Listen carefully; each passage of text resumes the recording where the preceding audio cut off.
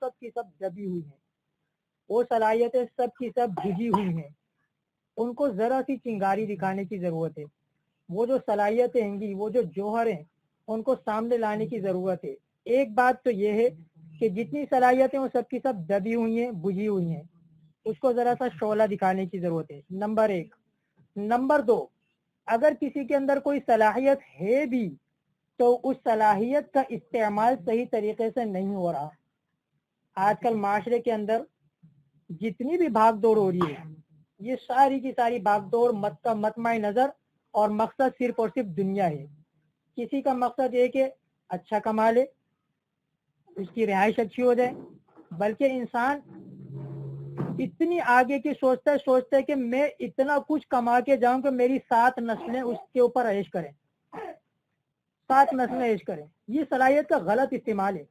حالانکہ نبی کریم صلی اللہ علیہ وسلم کی احادیث مبارکہ اگر ہم اٹھا کر پڑھیں تو واضح طور پر ہمیں بات پتہ چلتی ہے کہ رزق کا وعدہ اللہ رب العزت نے اپنے ذمے لیا. الا وان نفسا لن تموت حتى تستكمل رزقها, خبردار آگاہ رہو, یاد رکھنا کہ تم میں سے کوئی شخص اس وقت تک دنیا سے نہیں جائے گا جب تک کہ اپنے حصے کا رزق پورا نہ کر لے.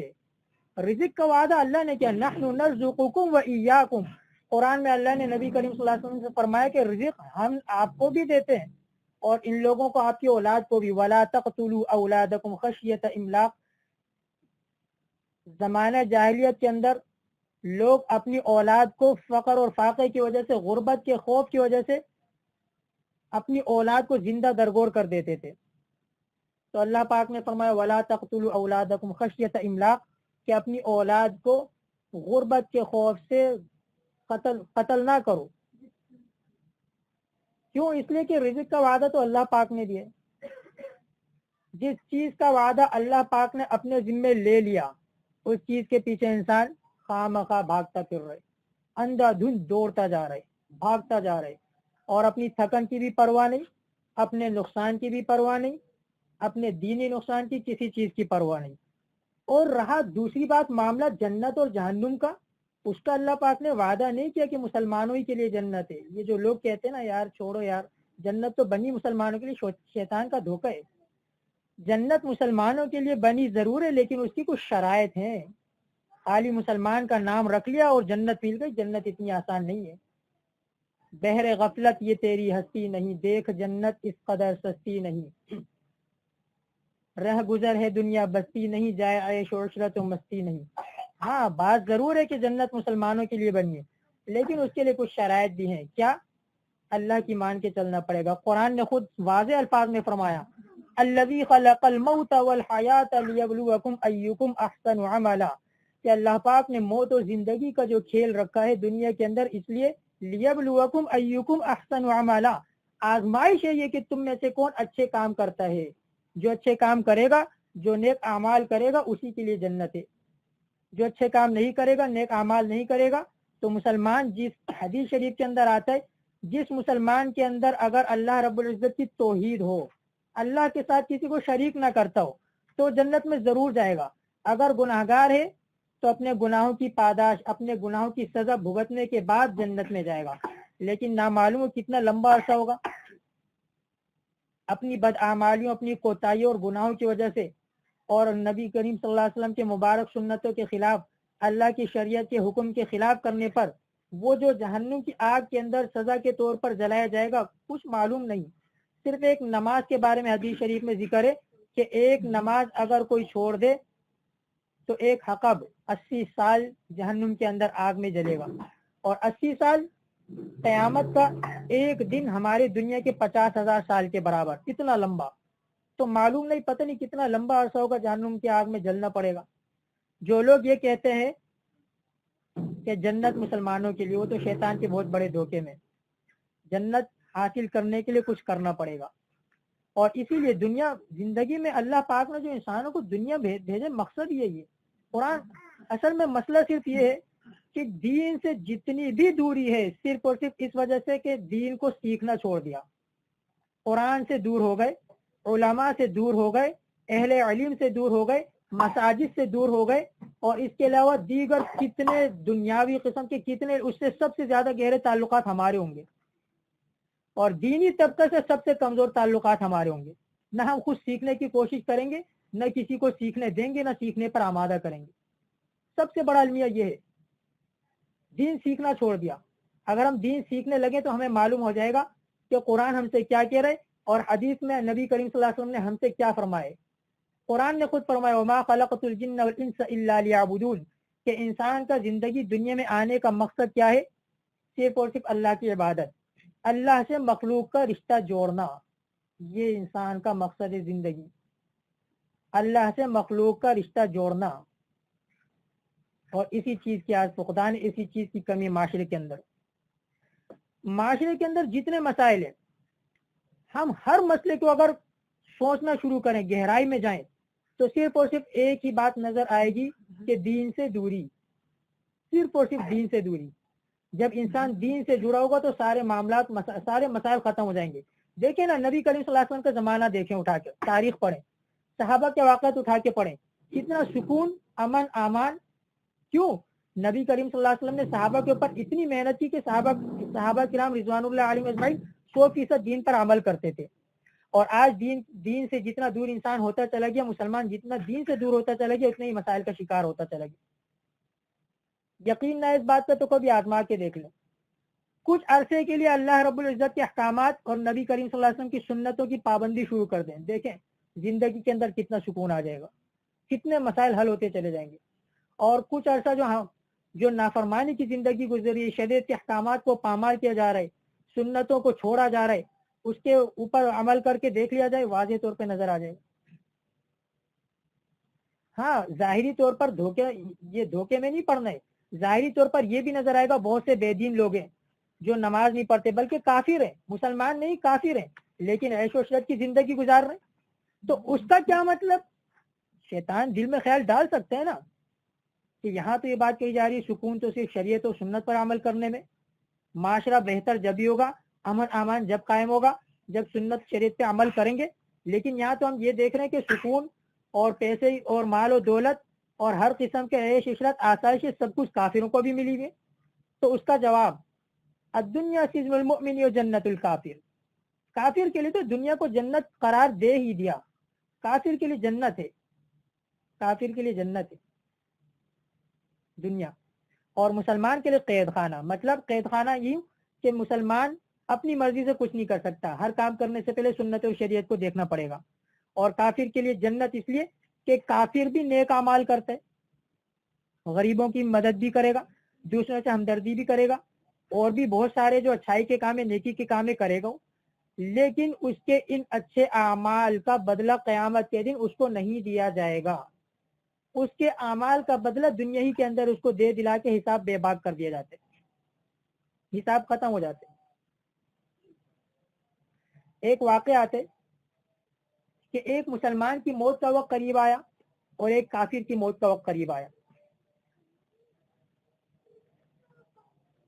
اور ان دونوں کے دل میں خواہش تھی.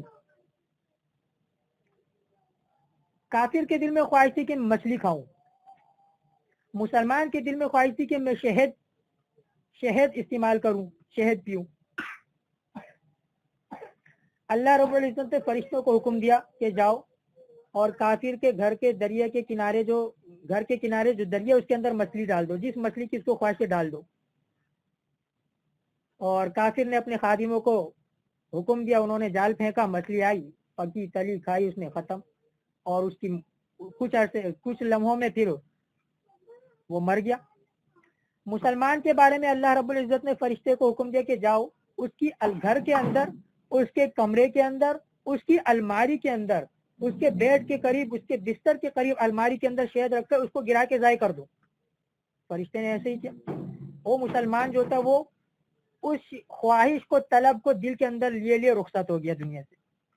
فرشتے حیران, یا اللہ یہ کیا معاملہ, ایک تیرا فرما بردار اور ایک تیرا نافرمان, لیکن دونوں کے ساتھ علیحدہ علیحدہ معاملہ. نافرمان کو تو نے خواہش پوری کر کے دنیا سے رخصت کیا, فرما بردار کو خواہش پوری کیے بغیر رخصت کر دیا. اللہ پاک نے فرمایا کہ ہاں معاملہ یہ ہے کہ کافر جو کوئی بھی نیک اعمال کرتا ہے اس کا بدلہ ہم دنیا ہی میں دے دیتے ہیں، آخرت میں اس کے لیے کوئی اجر و ثواب نہیں ہے۔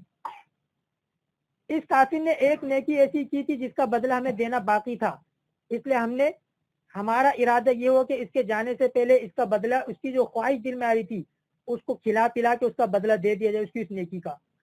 اور وہ جو مسلمان تھا، مسلمان کے ذمے ایک گناہ ایسا تھا کہ جس کے بارے میں ہمارا ارادہ یہ ہوا کہ یہ گناہ اس کا بھی معاف نہیں ہوا، ہم اس کی جو دل میں خواہش مچل رہی اس خواہش کو توڑ کر اور اس کو اس صدمے اور تکلیف میں رکھ کر کہ خواہش پوری نہیں ہو رہی، دل میں جو صدمہ اور تکلیف آئے گی اس کی وجہ سے اس کے گناہوں کا کفارہ بنا کے اس کو دنیا سے رخصت کریں۔ اب آپ لوگ کے ذہن میں بات سمجھ آ گئی ہوگی۔ الدنیا سجن المؤمن و جنت الکافر، الدنیا سجن المؤمن و جنت الکافر، مومن کے لیے، مسلمان کے لیے قید خانہ ہے، اس کو ہر قسم کی آسائشیں نہیں مل سکتی، اور کافر کے لیے تو جنت ہے، اس کو تو سب کچھ مل جائے گا۔ بات میں یہ کر رہا تھا کہ اگر ہم معاشرے کے اوپر نظر دوڑائیں تو صاف ہمیں نظر آ جائے گا جتنے بھی مسائل ہیں، جتنے بھی پریشانیاں ہیں، جتنی بھی بے سکونی ہے، ان سب کی سب چیزوں کا صرف اور صرف مسئلہ یہ ہے کہ ہم دین سے دور ہیں، اور صرف نہ صرف ہم دین سے دور نہیں ہیں بلکہ ہم کسی کو دین کے قریب آنے بھی نہیں دیتے، دین کے قریب آنے نہیں دیتے۔ جب اگر کسی کو دین کے قریب کھینچنے کی کوششیں کی جاتی ہے تو یقین جانیے اس کے سامنے اتنے مسائل ہوتے ہیں، اتنی رکاوٹیں، کہیں ماں باپ اس کے دشمن بن جاتے ہیں، بیٹا دین سیکھ کے کیا کرو گے، بزبان حال، زبان سے نہیں کہتے لیکن بزبان حال، بیٹا چھوڑو ان بیکار چیزوں کو، کیا ملے گا، بیٹا کن چکروں میں پڑ گئے ہو، بیٹا کیا ملے گا، کہاں جا رہے ہو، کہاں اپنی زندگی برباد کر رہے ہو، کہاں اپنے آپ کو ضائع کرنے جا رہے ہو، چھوڑو ان چیزوں کو، دنیا کے ساتھ چلو، دنیا دیکھو کہاں پہنچ گئی، ماڈرن زمانہ ہے، جدید طبقہ ہے گا، جدید تعلیم، یہ سب حاصل کرو، اس سے تمہارا فائدہ ہوگا، دنیا میں تمہاری پہچان اسی سے ہوگی، یہ چیزیں حاصل کرو۔ بزبان حال ماں باپ اس چیز کے اوپر، بزبان حال پورا خاندان اور رشتے دار اس کے اوپر رکاوٹ بن جاتے ہیں، اس بچے کے لیے، بچی کے لیے، اس مرد کے لیے، اس عورت کے لیے جو دین سیکھنے کی کوشش کرتا ہے۔ کوئی دین کے اوپر عمل شروع کر دے، پردہ شروع کر دے، کوئی داڑھی رکھ لے، بیوی برداشت نہیں کرے گی، ماں برداشت نہیں کرے گی، خاندان والے برداشت نہیں کریں گے، دوست یار برداشت نہیں کریں گے، محلے پڑوسی والے برداشت نہیں کریں گے، اس کو اتنے تانے دیں گے اور اس کو اتنا طنز کا شکار نشانہ بنائیں گے کہ وہ بیچارہ پریشان ہو جائے گا۔ لیکن دیکھو اس سے دل چھوٹا نہیں کرنا ہے، دین کے اوپر عمل کرنے پر تانے ملیں گے، تو یہ تو نبی کے صحابہ کی سنت ہے، یہ تو صحابہ کرام کے ساتھ ایسا ہو چکا ہے۔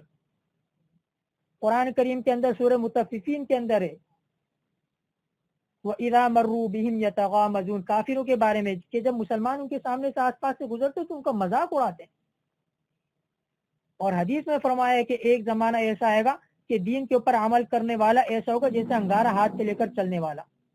یہ تو بڑی فضیلت کی بات ہے، اگر کسی کے دین پر عمل کرنے سے کوئی اس کی تانا دے رہے، کوئی اس کو طنز کا نشانہ بنا رہے، کوئی اس کو برا بھلا کہہ رہے، کوئی اس کو حقارت کی نظر سے دیکھ رہا ہے، یہ آپ لوگ کے لیے کمال کی بات ہے، یہ آپ لوگ کے لیے فضائل کی بات ہے۔ اور ایک بات اور واقعہ اور سناتا چلو آپ کو ایک واقعہ اور سنتے چلے، آپ جو کچھ سیکھیں گے، دین کے اوپر عمل کریں گے، دین کے اوپر عمل کرنے کی دعوت دیں گے، تو لوگ آپ کو حقارت کی نظر سے اسی لیے دیکھیں گے کہ آپ کی قدر نہیں پہچانتے۔ قدر زر زرگر شناز، سونے کی قدر سنار ہی پہچان سکتا ہے، خیرہ غیرہ نتو خیرہ آپ کو سمجھ بھی نہیں پائے گا کہ آپ کس درجے کے ہیں۔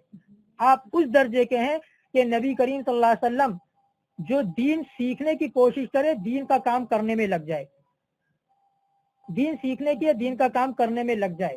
نبی کریم صلی اللہ علیہ وسلم کی خدمت میں ایک صحابہ آئے اور کہنے لگے یا رسول اللہ، میں کماتا ہوں، محنت کرتا ہوں سارا دن، اور میرا اور کھلانے پلانے کی ساری ذمہ داری گھر بار کی سب میرے اوپر ہے، اور میرا ایک بھائی ہے وہ کچھ نہیں کماتے، کوئی محنت نہیں کرتے، ہر وقت بس آپ کی مجلس محفل میں دین سیکھنے کے لیے رہتے۔ نبی کریم صلی اللہ علیہ وسلم نے فرمایا تمہیں کیا معلوم کہ شاید ان کمزوروں، ان ضعیفوں، ان طالب علموں ہی کی بدولت، انہی کی برکت سے تمہیں رزق دیے جا رہا ہوں۔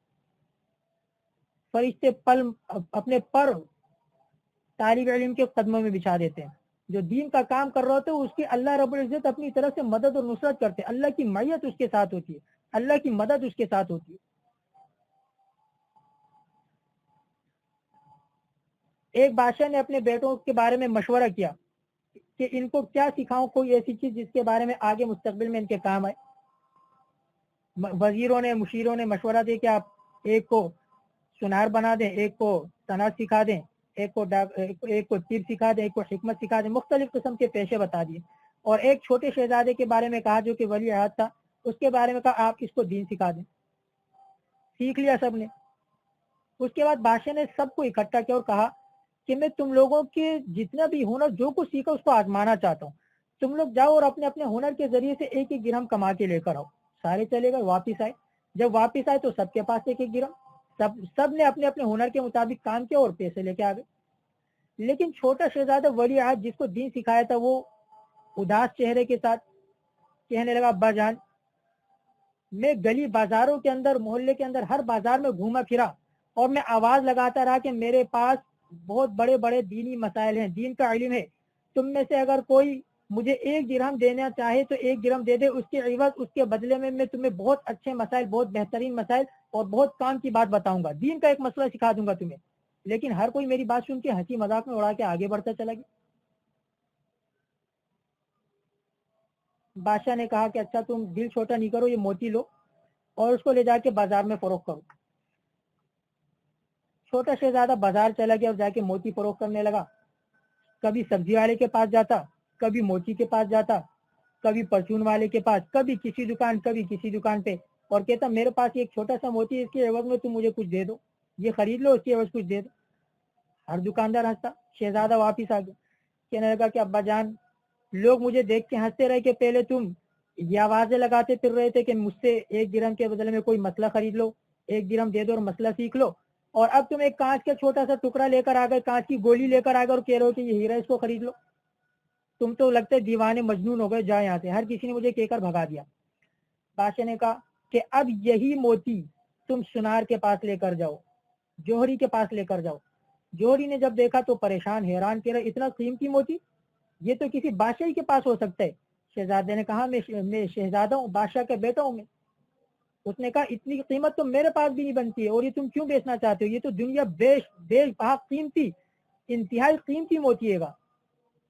اور بادشاہ کے پاس جب شہزادہ واپس آئے، آ کے قصہ سنایا تو بادشاہ سلامت نے کہا بیٹا بات اصل میں یہی ہے کہ دیکھو اس موتی کی قدر نہ سبزی والا کر سکا، نہ پرچون والا، نہ کوئی اور. کیوں؟ اس لیے کوئی پہچانتے نہیں تھے، اور اس کی قدر سنار کے پاس تھی. سنار اس کو دیکھ کے سمجھ گیا اور اس کے دل میں اس کی قدر تھی کہ کتنا قیمتی ہے. یہی بات ہے کہ دنیا والے تمہارے ان دینی مسائل کے، دینی علوم کی قدر نہیں کرتے. تمہارے پاس یہ بہت بڑی دولت موجود ہے. ہاں بات یہ کہ ناقدرے لوگ قدر نہیں کرتے. ان کو اس چیز کی قدر اس لیے نہیں کہ وہ پہچانتے نہیں اس چیز کو.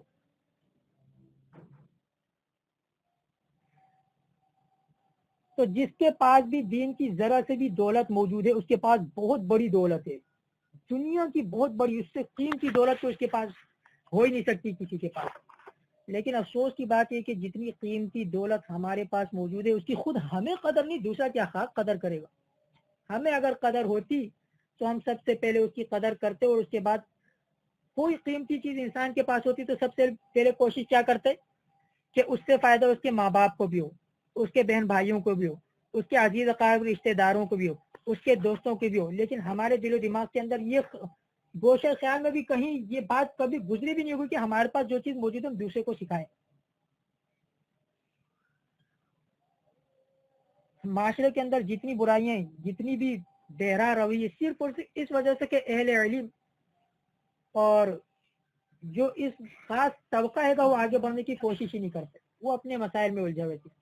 یقین جانیے میدان بہت بڑا پڑا ہوا ہے لیکن کام کرنے والے نہیں، کام کرنے والوں کی بہت بڑی کمی ہے.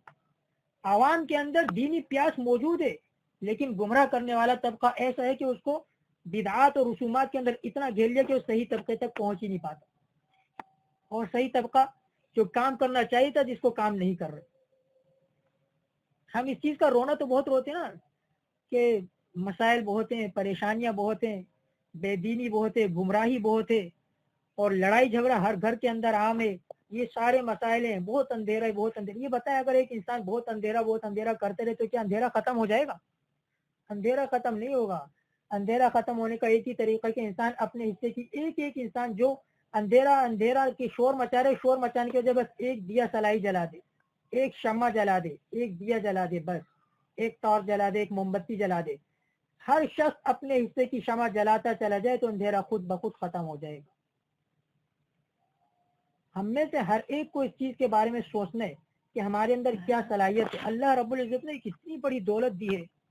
یقین جانیے زندگی ضائع ہو جائیں گی, جوانیاں ضائع ہو جائیں گی, ختم ہو جائیں گی سب کی سب. شکوہ ظلمت شب سے تو کہیں بہتر تھا اپنے حصے کی کوئی شمع جلا جاتے. شکوہ تو بہت ہے, شکایتیں تو بہت کرتے ہیں دوسروں سے. یہ کیا کریں یار, دین نہیں یار, بے دینی ہے. شکوے شکایتیں ہر طرف ہیں, لیکن اس سے بہتر ہے کہ ہم کچھ کام کر جائیں. شاعر نے کیا خوب کہا ہے, شکوہ ظلمت شب سے تو کہیں بہتر تھا اپنے حصے کی کوئی شمع جلا جاتے. ایک دیا جلانا آپ کا کام ہے, ایک شمع جلانا آپ کا کام ہے. یقین جانیے دیے سے دیا جلتا چلا جائے گا. واللہ میں باقاعدہ جماؤ کے ساتھ یہ بات کہہ رہا ہوں, صرف ایک آپ کو کام کرنے کی ضرورت ہے. ایک کو بنا دے, وہ اگلے کو بنائے گا, ضرور بنائے گا. لیکن اگر آپ سست ہو جائیں, آگے بڑھیں نہیں, تو پھر تو معاشرہ تو جس تباہی کی طرف جا رہے ختم ہوتا چلا جائے گا. ہمارے ارد گرد کا جو ماحول ہے گا, اس میں ہم نے اور آپ نے کام کرنا ہے. ہمارے ارد گرد کا جو ماحول ہے گا, اڑوس پڑوس, ان کی فکر کون کرے گا؟ کون کرے گا فکر؟ میں اللہ نہ کرے میرے دل کے اندر کوئی غرور, تکبر, بڑائی کوئی چیز, اللہ رب العزت سے پناہ مانگتا ہوں چیز سے. ہم نے اپنے طور پہ بہت عرصے سے ادارہ چلاتے کوشش کرنے کے بعد بہت عرصے کے بعد ایک قدم اٹھایا, خواتین کی تعلیم کا سلسلہ شروع کیا. لیکن ان میں سے خواتین کے اندر, خواتین جو بچے یا بچیاں یا عورتیں جو پڑھنے آئی تھی, ان کے کیا مسائل تھے وہ ہر شخص خود جانتے کہ وہ مسئلہ ایسا تھا کہ پڑھائی کو چھوڑا جا سکتا تھا نہیں. میں نے پہلے ابتدا یہ بات کہہ دی کہ ہم خود تو اول سیکھنے کی کوشش کرتے نہیں, دوسرے نمبر پر سیکھنے والوں کی ٹانگیں کھینچتے ہیں, دوسرے نمبر پر سیکھنے والوں کے لیے رکاوٹ بن جاتے ہیں. بہت بڑا المیہ ہے یہ مسلمان کس نام کے, کیا دین کی اتنی بھی قدر نہیں, دین کی اتنی بھی قدر نہیں کہ سیکھنے والوں کے لیے ہمدردی کے جو بول بولے, سیکھنے والوں کے لیے حوصلہ افزائی کرے, سیکھنے والوں کی سیڑھی بن جائے, سیکھنے والوں کے لیے ذریعہ بن جائے, ان کو آگے بڑھائے, ان کی کمر تھپکیں, ان کو حوصلہ دیں. نہیں بلکہ حوصلہ پست کرتے, تانوں کا شکار, طنز کا شکار, اور پھر رکاوٹ بن جاتے. ایک تو مسئلہ یہ گا. پھر جب اس معاملے میں یہ ایک چیز شروع ہونے کے بعد بیانات کا سلسلہ ہوا. لیکن بیانات کا سلسلہ شروع ہونے کے بعد خواتین کو جوڑنا, اور خواتین کو جوڑنے کے ساتھ مجمع کو جوڑنا, اس کے لیے کام کرنے کے لیے کیا رخ اختیار کیا جائے, اس کے لیے مسئلے سامنے کھڑے ہو گئے. کس رخ سے لوگوں کو بلائیں, کس رخ سے؟ اپنے طور پہ اشتہار بازی کر دی, لوگوں کو جمع کر لیا, لوگ آئے چلے گئے. اب دیکھیں آپ میں سے کتنا مجمع آئے گا, آپ میں سے کتنا مجمع آئے گا وہ اہل علم, حافظ ہوں گی, حافظہ ہوں گی, عالمہ ہوں گی, دین سے تعلق رکھنے والی ہوں گی, یا ان میں سے ایسی بھی ہوں گی جو حافظہ عالمہ نہیں لیکن دین کا بیشتر, دینی علوم کا بیشتر حصہ ان کے سینوں میں دفن ہے. دفن دفن دفن دفن اس کو کہتے ہیں جو دوبارہ نکل نہ سکے. مردے کو جب دفن کرتے دوبارہ نکالتے نہیں نکالتے. تو ہم نے جو کچھ بھی حاصل کیا اس کو دفن کر لیا اپنے سینوں کے اندر, اس کو نکالا نہیں, اس کو نکالنے کی کوشش بھی نہیں کرتے. اور اگر کوئی کوشش میں لگ جائے تو پھر اس کے پیچھے پڑ جاتے, اس کے لیے رکاوٹ بن جاتے. ہر محلے کے اندر مسائل ہیں, ہر محلے کے اندر, گھر گھر کے اندر جو لڑائی جھگڑے, فتنہ فساد, ایک دوسرے کی دشمنی, اور بدعات اور رسومات اور کفریہ باتیں, یہ سب کی سب کھیلی مسائل. گھروں میں جا کے دیکھیں کتنے مسائل, اس کی فکر کون کرے گا, کون کرے گا؟ میں اکیلا نہیں کر سکتا, میں لوگوں کے گھروں میں جا جا کے خواتین کو نہیں بلا سکتا. مردوں تک جانا میرا کام ہے, خواتین تک میں نہیں جا سکتا, اس کے لیے ساتھ کون دے گا؟ اس فکر کے لیے آپ لوگ کو جوڑنے کی تھوڑی سی کوشش کیے. اللہ کرے آپ لوگوں کے دل میں بات یہ سمجھ آ جائے کہ بات کیا کہی جا رہی ہے. بس یہ سمجھ آ جائے تو بس ساری کی ساری باتیں, سارا مسئلہ ہی حل ہو جائے گا.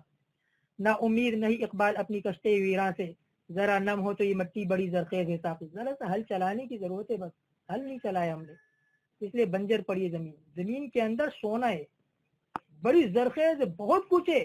کھیتی ذرا سا حل چلانے کی ضرورت ہے, کھیتی لہلاتی سامنے نظر آ جائے گی.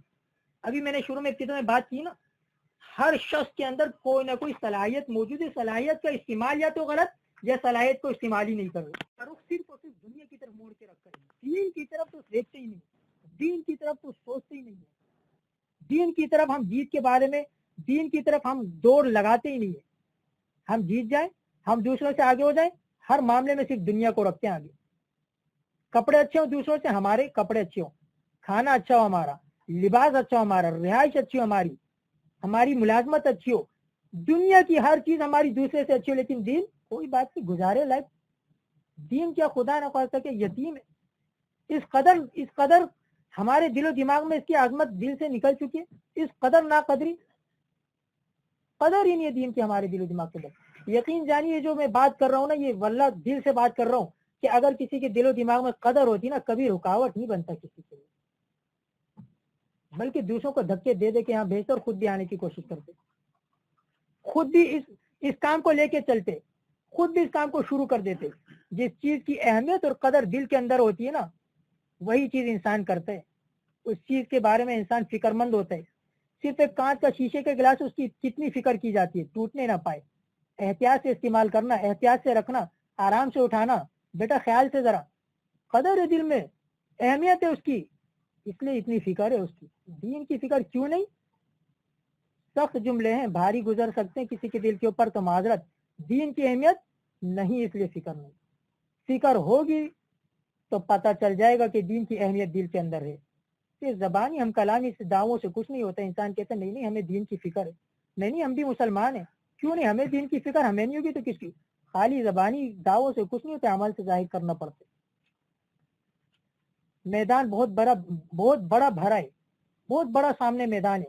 کام کرنے والوں کی کمی ہے, سیکھنے والوں کی کمی, سکھانے والوں کی کمی, کام کرنے والوں کی کمی. ہونا تو یہ چاہیے کہ ہر گلی کے اندر مکاتب, ہر گلی کے اندر مدارس موجود ہوں. ہر گلی کے اندر لوگوں کے اندر بے دینی اتنی ہے, گمراہی اتنی ہے کہ 70-80 سالہ نانی اپنی نواسی کو کہتی کہ قرآن پاک پڑھ سکتی ہو, زبان تو پاک ہے نا, زبان کے اندر کون سی ناپاکی ہے. اب بتائیں جو خاتون اپنی نواسی ہوئی تعلیم دے رہی ہے, اس نے خود بھی ساری زندگی اس پہ عمل کیا ہوگا, ساری زندگی حرام میں مبتلا. قرآن کی کتنی سخت بے ادبی, بتائیے اللہ کا عذاب نہیں آئے گا تو کیا ہوگا. کتنی سخت بے ادبی قرآن کریم کی, خود بھی ساری زندگی اس پہ عمل کرتی رہی, پھر اس نے اپنی بیٹی کو بھی یہی سکھایا ہوگا, پھر اپنی نواسی کو بھی یہی سکھایا. صرف ایک بات بتائیے, میں نے مسائل پھیلے ہوئے ہیں, یہ میں پہلے ہی کہہ رہا ہوں, بار بار کہہ رہا ہوں, مسائل سینکڑوں نہیں ہزاروں مسائل ہیں. جس چیز کی طرف توجہ نظر ہو جاتی ہے وہ سامنے آ جاتی ہے, وہ بتا دی میں نے آپ کو. اس میں سے بھی بہت سی چیزیں ذہن میں نہیں, ایک جو ذہن میں آ گئی وہ بتا دی میں نے ابھی آپ کو, لیکن مسائل بھرے پڑے, پھیلے ہوئے مسائل. دین نہ سیکھنا ہم سمجھتے ہیں ضروری, نہ اس پہ عمل کرنا, نہ عمل کرانا. آپ خود عمل نہ کر سکتے, دوسرے تو عمل کرا سکتے ہیں.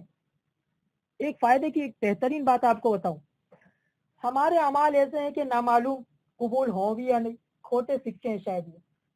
ہر شخص جانتے ہیں ہماری نماز کیسی ہے, ہر شخص جانتے ہیں روزہ رکھ لیتے ہیں, لیکن غیبت, برائی, گالی گفتار اور کس قسم کی برائیوں میں, گناہوں میں مبتلا ہو جاتے ہیں. ہر شخص جانتے ہیں کہ جتنے بھی نیکی کے کام کرتے ہیں, لیکن اس کے اندر کتنا اخلاص ہوتا ہے, کتنا کھوٹ ہوتا ہے. کوئی یقین سے نہیں کہہ سکتے ہم نے جو عمل کیا اللہ قبول کر چکا ہے. کہہ سکتے ہے کوئی نہیں کہہ سکتا. لیکن اگر ہم نے کسی ایک شخص کو بھی دین کے اوپر کھڑا کر دیا, کسی ایک بے دین کا بھی اللہ سے رابطہ جوڑ دیا, ایک مخلوق کو بھی اللہ سے ملا دیا, یقین جانیے ہماری آخرت کے لیے کافی ہو جائے گا انشاءاللہ. کیوں کہ جس کو ہم نے دین کے اوپر عمل کے اوپر کھڑا کر دیا, وہ جو عمل کرے گا اس کو 100% اللہ پاک ہمیں اجر اور ثواب دیں گے. اس کے عمل میں کتنی کوتاہی کیوں نہ ہو, جیسے ہمارے عمل میں کوتاہی ہے, ہمارے عمل میں اخلاص نہیں ہے, ہماری نمازیں جاندار نہیں ہے, ہماری نمازوں میں کمزوری, ہماری نمازوں میں بے فکری, ہماری نمازوں میں غفلت اور لاپرواہی. لیکن وہ شخص بھی اگر اسی طرح کا عمل کرے گا, لاپرواہی, غفلت اور سستی کا, اور اخلاص سے عاری ہو کر, اخلاص سے خالی ہو کر, لیکن اس عمل کا پورا 100% حصہ ہمیں ملے گا, 100% اجر و ثواب ملے گا. ایک کیوں اگر ہم نے تیار کر, یہ اپنی طرف سے کوئی بات نہیں کر رہا ہوں, قرآن و حدیث کی روشنی میں ساری باتیں. الدال علی الخیر کفاعل, حدیث شریف میں نبی کریم صلی اللہ علیہ وسلم نے فرمایا کہ اچھائی کی طرف دعوت دینے والا, اچھائی کی طرف رخ دینے والا, اچھائی کی طرف رہبری کرنے والا, اچھائی کے اوپر کھڑا کرنے والا, اچھائی کے اوپر عمل کرانے والا, کفاعلی, ایسے جیسے کہ عمل کرنے والا. آپ نے صرف کسی ایک کو دین کے اوپر کھڑا کر دیا, آپ عمل نہیں کر رہے, لیکن اس کے عمل کرنے سے آپ کو بھی ثواب مل رہا ہے. اور یہ بہترین صدقہ جاریہ ہے. آپ کتنا عمل کر لیں گے, 30 سال, 40 سال, 50 سال, 60 سال, بس اس سے زیادہ تو عمر ہی نہیں, کیا عمل کریں گے. اور اتنے عرصے میں جو عمل کیا بھی نامعلوم قبول ہو بھی رہے ہیں نہیں, اخلاص ہے بھی یا نہیں, عبادت کے اندر جان ہے بھی یا نہیں. لیکن اگر آپ کسی ایک کو بھی دیندار بنا کے چلے گئے تو وہ بھی دوسرے کو دیندار بنا دے گا, اس سے اگلے کو بنائے گا, اس سے اگلے کو بنائے گا.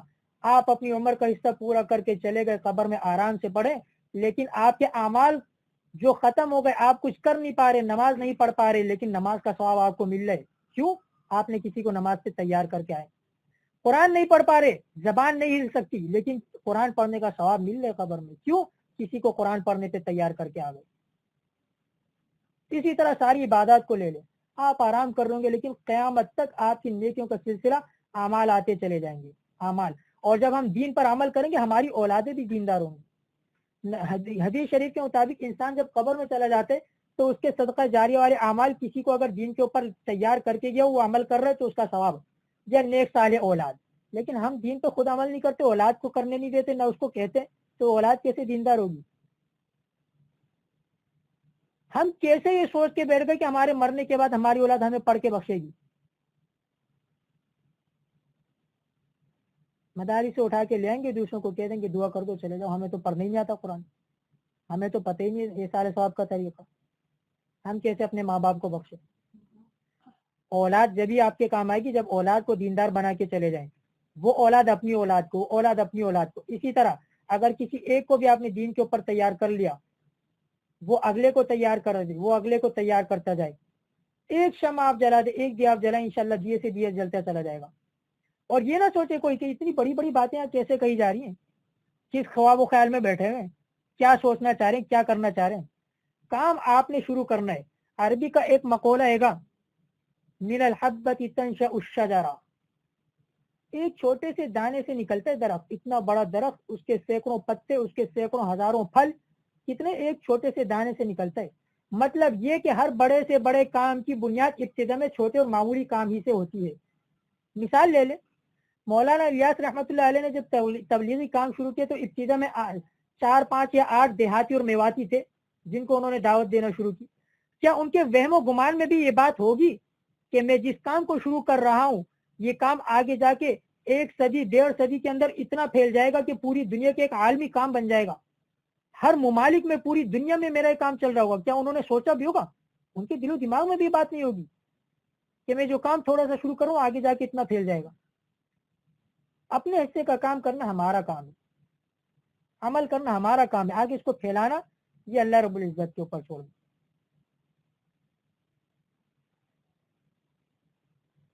آپ میں سے جو عالمات ہیں, آپ میں سے جو حافظہ ہیں, آپ میں سے جو دیندار طبقہ ہے, جس کے پاس کچھ نہ کچھ دینی معلومات, لیکن مستند معلومات, اپنی طرف سے سنی سنائی باتیں, جس کے پاس بھی کوئی نہ کوئی باتیں ہیں, عالمات, حافظات, یہ سب کے سب آپ لوگ مقتدی ہیں. لوگ آپ کی اقتدا کرتے ہیں, لوگ آپ کو دیکھ کے چلتے ہیں, لوگ آپ کے عمل کو دیکھ کے اپنی زندگی یا تو بنائیں گے یا تو بگاڑیں گے. آپ کو دیکھ کے کریں گے لوگ. لوگ کہتے ہیں کہ آپ لوگوں نے سنا ہوگا, لوگ کہتے ہیں نا وہ بھی تو عالم ہے, وہ بھی تو ایسا کرتا ہے, وہ بھی تو عالم ہے, وہ بھی تو ایسا کرتی ہے. مطلب یہ کہ آپ کے عمل سے لوگ جواز پکڑتے ہیں, لوگ آپ کا عمل دیکھ کے سمجھتے ہیں بات صحیح ہے, جائز ہے, ہم بھی کر سکتے. آپ جو کریں گے وہ دوسرے کرنے پہ تیار ہو جائیں گے خود بخود. آپ اپنے عمل سے بھی دعوت دے سکتے ہیں, اور اس کے علاوہ اپنے قول و فعل سے بھی, اور اپنے طریقے سے بھی. صرف یہ بات میں نے آپ لوگوں کے دل و دماغ ذہن میں ڈالنی ہے کہ کام کا میدان بہت بڑا ہے, کام کرنا ہے. آپ لوگوں کے دل و دماغ اور سینے میں جو دولت ہے خدا کے لیے, اس کے اوپر سانپ بن کر نہ بیٹھ جائیں, دوسروں کو اس سے مستفید ہونے دیں. جو چشمہ آپ کے اساتذہ نے بہاتے ہوئے آپ کے سینے تک لے کے آئے, منتقل کیا, خدا را اس چشمے کو آگے بہتا کر دیں, رکاوٹ بند نہ باندھیں, اس کو لے کے نہ بیٹھ جائیں. آپ کے لیے بھی نقصان دہ, قیامت کے دن پوچھ ہو جائے گی ہر بات حدیث کی روشنی میں. اللہ رب العزت قرآن, نبی کریم صلی اللہ علیہ وسلم کی حدیث سے فرمایا کہ انسان کی قدم اس وقت تک اپنی جگہ سے نہیں ہٹ سکتے قیامت میں جب تک کہ 4 سوالات اور ان کا جواب حاصل نہ کر لیا جائے. اس میں سے ایک سوال یہ بھی ہوگا کتنا علم حاصل کیا اور اس پر کیا عمل کیا.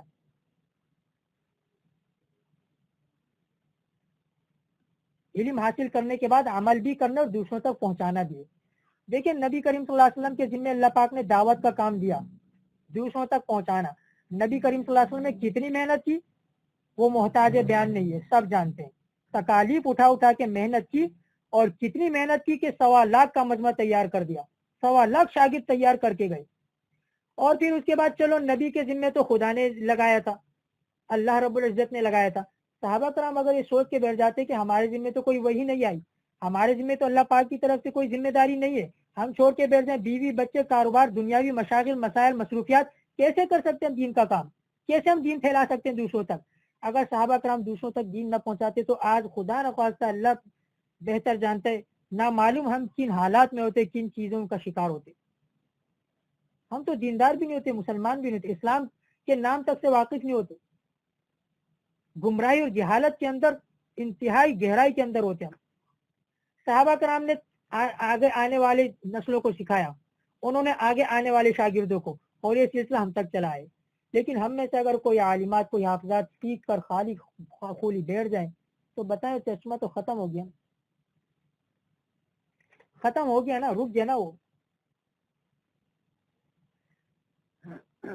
دنیا بد سے بدتر ہوتی جا رہی ہے اور بد سے بدتر ہوتی چلے جائے گی، لیکن کیوں؟ بروں کی برائی کی وجہ سے نہیں، بلکہ اچھوں کی خاموشی کی وجہ سے۔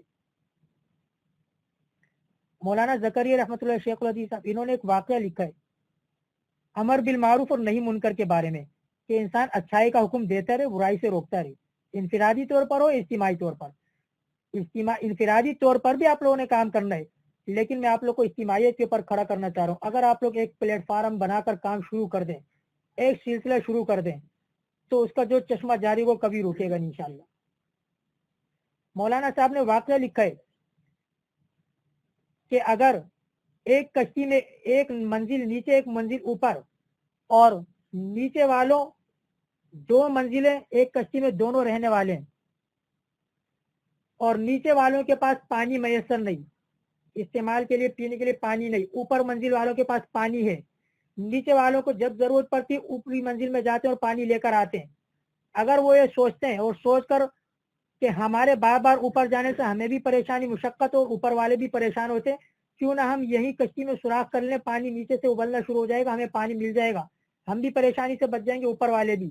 اگر وہ احمق اور نادان نیچے کشتی میں سوراخ کرنے لگے اور اوپر کی منزل والے ان کو نہ روکے تو کیا ہوگا؟ خود بھی ڈوبیں گے اور اوپر والے بھی ڈوب جائیں گے۔ تو یہ بات جو کہی گئی کہ دنیا بد سے بدتر ہوتی چلی جا رہی ہے، برے کو برائیوں کی وجہ سے نہیں، اچھوں کی خاموشی کی وجہ سے۔ اچھے خاموش ہیں، بری کی برائی کو دیکھتے اور ہضم کر جاتے ہیں، ماتھے پہ بل نہیں آتا ہے، برداشت ہو جاتی ہے ہم سے برائی۔ ہماری اولاد، ہمارا دوست احباب، ہمارے رشتہ دار، ہمارے پڑوسی، ہمارے دیگر طبقہ کچھ بھی کر رہے ہیں، ہم آنکھیں بند کر کے چلتے چلے جاتے ہیں، ہم سے کیسے برداشت ہو جاتی؟ حدیث شریف میں فرمایا کہ اگر کوئی غلط کام ہوتا دیکھو تو اس کو اگر اتنی طاقت ہے ہاتھ سے روک سکتے تو ہاتھ سے روک دو۔ یہ سارے حکم کس کے لیے؟ کیا مسلمانوں کے لیے نہیں، کافروں کے لیے؟ کس کے لیے یہ احکامات؟ ہم عمل کیوں نہیں کرتے؟ کوئی نافرمانی کوئی گناہ کا کام ہوتا دیکھے، اگر اتنی طاقت اور استطاعت ہے کہ ہاتھ سے روک سکتے، ہاتھ سے روک دے، پکڑ لے اس کا ہاتھ، نہیں کرنے دے اس کو۔ اتنی طاقت نہیں زبان سے منع کر سکتے تو زبان سے اس کو منع کرے، اتنی بھی طاقت نہیں تو دل کے اندر برا جانے، دل کے اندر برا جاننے والے تو ہم میں سے میرا خیال کوئی بھی نہیں ہے۔ ہر شخص اتنا ضرور ہے کہ کم سے کم ہاتھ سے یا زبان سے تو روک سکتے برائی کو، لیکن نہیں کرتے۔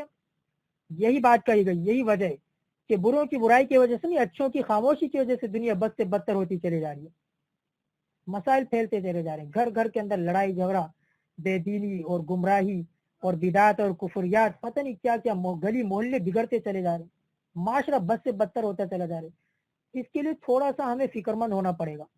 آپ جو عالمات اپنے علم کو استعمال کریں، اس کو زنگ نہ لگنے دیں، اس کو ضائع نہ ہونے دیں۔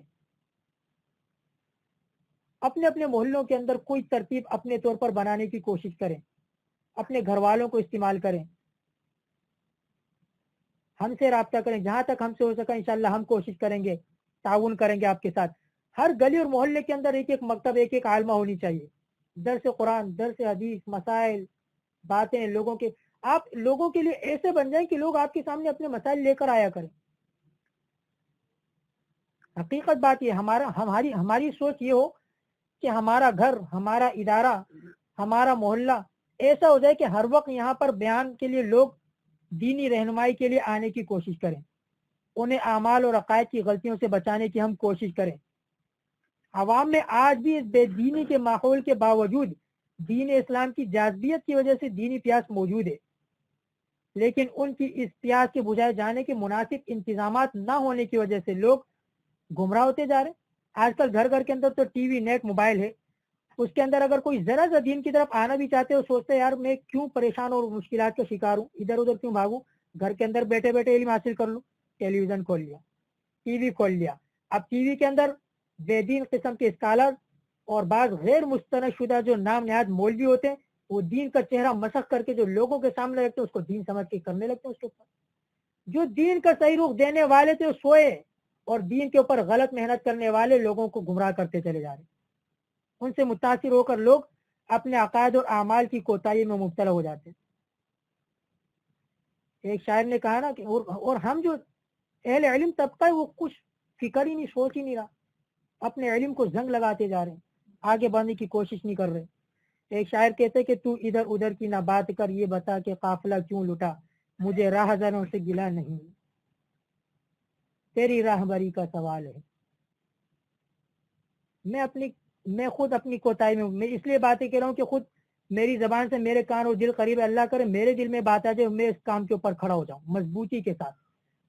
میں جو کچھ کام کروں بہت کمزوری سے چل رہے، لیکن صرف اور صرف آپ لوگ کا ساتھ چاہیے، آپ لوگوں کو اس چیز کی طرف توجہ دلانا ہے، آپ لوگ کو اس فکر کے اوپر کھڑا کرنے کے کام کرنا ہے۔ واللہ یہ کام کریں گے تو ہماری زندگیاں بنیں گی، ہماری آخرت بنے گی، ہماری نسلیں بنیں گی، ہماری نسلیں بن جائیں گی۔ کہتے ہیں نا کہ جس زمین کے اوپر بارش ہے نا تو اس کی فصلیں برباد ہو جاتی ہیں، اور جس گھر اور جس معاشرے کے اندر دین نہ ہو اس کی نسلیں برباد ہو جاتی ہیں۔ معاشرہ برباد ہوتا جا رہا ہے اور ہم میں سے کوئی کام کرنے کے لیے تیار نہیں۔ اپنے حصے کا کام کریں، کوشش کریں، آگے سے آگے بڑھنے کی کوشش کریں۔ آپ میں سے جو عالمات ہیں اپنے طور پر کوئی سلسلہ شروع کریں، آگے سے آگے بڑھیں، کچھ نہ کچھ کرنے کی کوشش کریں۔ اس کے لیے کیا طریقہ کار ہونا چاہیے؟ دیکھیں ہر شخص کے اندر اللہ رب العزت نے کوئی نہ کوئی صلاحیت رکھی ہے۔ میں جتنی باتیں کر رہا ہوں مجھ سے زیادہ باتیں آپ لوگ کے ذہن میں اچھی سے اچھی باتیں ہو سکتی ہیں۔ میں آپ کو کوئی مفید مشورہ نہیں دے سکتا کہ کس طرح کام کرنا ہے، ہو سکتا ہے مجھ سے زیادہ اچھا اور بہتر مشورہ، مجھ سے زیادہ اچھی اور بہتر سوچ کسی آپ میں سے کسی ایک کے ذہن کے اندر موجود ہو۔ میں ایک مثال دیتا ہوں، آپ کو ایک واقعہ بتاتا ہوں۔ باہر ممالک کی ایک کمپنی نے صابن بنانے کی ایک فیکٹری تیار کی، اور صابن بن کے کارٹن کے اندر پیک ہو کے جاتا ہے۔ ایک مرتبہ ایسا ہو کہ ایک طرف سے شکایت ہے کہ بھائی صابن کے اندر جو ڈبوں میں جو کارٹن میں پیک ہو کر آتے اس میں سے کچھ تھیلیاں خالی ہیں، اس کے اندر صابن نہیں ہے۔ اگلی دفعہ دوسری طرف سے بھی شکایت آ گئی، تیسرے دن تیسری دکان سے بھی، ہر طرف سے شکایتیں آنا شروع ہو گئی۔ سب کے سب سر جوڑ کر بیٹھ گئے اور کوئی بات سمجھ ہی نہیں آ رہی کیا کریں کیا نہ کریں بھائی۔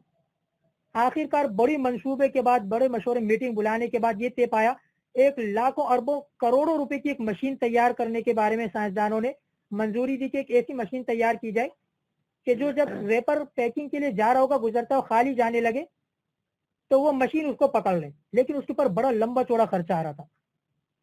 ایک آدمی وہاں موجود تھا، اس نے جب یہ ساری بات ہو گئی اس نے کہا میں اگر آپ، ایک وہ جو آدمی تو جمع دار تھا، صفائی ستھرائی کرنے والا، خاکرو ملازم، وہ اتفاق سے گزرے تو اس کے کان میں بھی بات پڑ گئی۔ اس نے کہا اگر آپ مجھے بولنے کا موقع دیں تھوڑا سا تو میں بھی کوئی بات کروں۔ اصل میں فیکٹری میں جو کام ہوتے ہیں وہ طریقہ کاری ہوتے ہیں کہ مشینیں لگی ہوتی ہیں، ریپر کے اندر صابن گرتے جاتے اور وہ ریپر آگے چلتے جاتے، اگلی مشین اس ریپر کو، اس تھیلی کو پیک کرتی جاتی ہے اور آگے جا کے وہ تھیلیاں کٹتی جاتی ہیں، کٹ کے آگے جا کے کارٹن میں گرتی جاتی ہے، طریقہ کار چلتا رہتے۔ اور جو ریپر خالی گزر گیا اس کو مشین تو نہیں پکڑ سکتی، اس کے اندر صابن نہیں ہے، اگلی مشین کا کام تو اس کو پیک کرنا ہے، اس سے اگلی کا کاٹنا ہے، اس کے اگلی کا کارٹن میں ڈالنا ہے، اور کارٹن پیک ہونا اور مشینوں کے ذریعے آگے چلے جانے۔ تو جب ان لوگوں نے اتنی لمبی چوڑی پلاننگ کے بعد جب یہ چیز سوچی کہ 1 کروڑ روپے کی مشین تیار کریں گے جو خالی ریپر آتی ہارن بجنا شروع ہو جائے گا، پتہ چل گیا ریپر خالی ہے، فوراً مشین روک کے اس کو ہٹا دیا جائے گا۔ اس جمعدار ملازم نے کہا کہ آپ مجھے موقع دیں بولنے کا۔ جو اس کا سینئر تھا انہوں نے کہا ٹھیک ہے آپ بھی بول لیں بھائی، تم کیا بول سکتے، چلو بول لو۔ ایسے ہی ہنسی مذاق کے طور پہ کہا چلو تم بھی بولو یار، تمہاری بھی سن لیں۔